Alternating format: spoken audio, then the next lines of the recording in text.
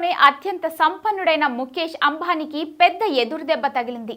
Reliance industries ఈ వారం market క్యాపిటలైజేషన్లో 91,140.53 కోట్లను కోల్పోయింది.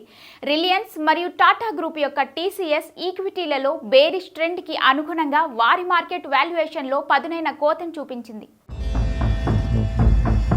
రిలయన్స్ మార్కెట్ క్యాప్ 16,32,004.17 కోట్లకు క్షీణించింది. గత 5 రోజుల్లో భారతదేశంలోని టాప్ 10 అత్యంత విలువైన సంస్థల సంయుక్త మార్కెట్ విలువ 4,95,061 కోట్లకు పడిపోయింది.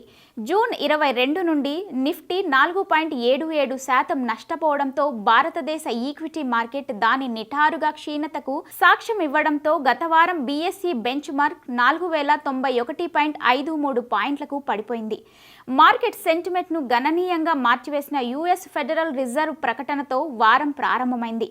చైర్ జెరోమ్ పావెల్ నేతృత్వంలో ఫెడరల్ రిజర్వ్ దృక్పథాన్ని గతంలో ఊహించిన 4 రేటుకు బదులుగా కేవలం 2 రేట్లకు కోతలకు మాత్రమే సవరించింది. పాలసీలో ఈ మార్పు మార్కెట్ విశ్వాసాన్ని దెబ్బతీసిందని Swastika Investmart limited senior technical analyst Pravesh Gour అన్నారు. ఈ వారంలో భారతదేశంలోని టాప్ 10 విలువగల కంపెనీలు భారీ నష్టాలను చవిచూశాయి. Tata consultancy services market capitalization 1,10,550.66 కోట్ల నష్టంతో 15,08,036.97 కోట్లకు చేరుకోగా రిలయన్స్ ఇండస్ట్రీస్ మార్కెట్ విలువ 91,140.53 కోట్ల నష్టంతో 16,32,004.17 కోట్లకు పడిపోయింది. హెచ్డిఎఫ్సి బ్యాంక్ మార్కెట్ విలువ 76,448.71 కోట్ల నష్టంతో 13,54,709.35 కోట్లకు తగ్గగా భారతీ ఎయిర్టెల్ మార్కెట్ విలువ 59,055.42 కోట్ల నష్టంతో 8,98,786.8 కోట్లకు చేరుకుంది. ఎస్బీఐ మార్కెట్ క్యాపిటలైజేషన్ 43,909.13 కోట్ల నష్టంతో 7,25,125.38 కోట్లకు తగ్గింది.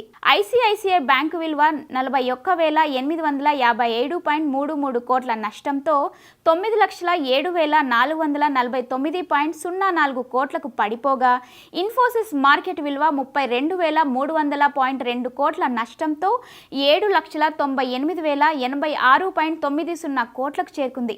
ఎల్ఐసి మార్కెట్ విలువ 20,050.25 కోట్ల నష్టంతో ఉండగా 5,69,819.04 కోట్లకు పడిపోయింది. హిందుస్థాన్ యూనిలివర్ మార్కెట్ విలువ 12,805.27 కోట్ల నష్టంతో ఉండగా 5,48,617.81 కోట్లకు తగ్గగా ఐటీసీ మార్కెట్ విలువ 6,943.5 కోట్ల నష్టంతో 5,81,252.32 కోట్లకు చేరింది. టాప్ 10 సంస్థల ర్యాంకింగ్లో రిలయన్స్ ఇండస్ట్రీస్ అత్యంత విలువైన సంస్థ టైటిల్ను నిలుపుకోగా ఆ తర్వాత TCS, HDFC bank, ICICI bank, Bharti Airtel, Infosys, State Bank of India, ITC, LIC మరియు హిందుస్థాన్ యూనిలివర్ ఉన్నాయి. అయితే వినాశకరమైన వాణిజ్య భారం ఉన్నప్పటికీ ఫోర్బ్స్ రియల్ టైమ్ బిలియనియర్ల జాబితా ప్రకారం Reliance industries chairman Mukesh Ambani December 22, 2024 నాటికి రియల్ టైమ్ నికర విలువ 94.3 బిలియన్లతో భారతదేశం మరియు ఆసియా మొత్తంలో అత్యంత సంపన్న వ్యక్తిగా కొనసాగుతున్నారు.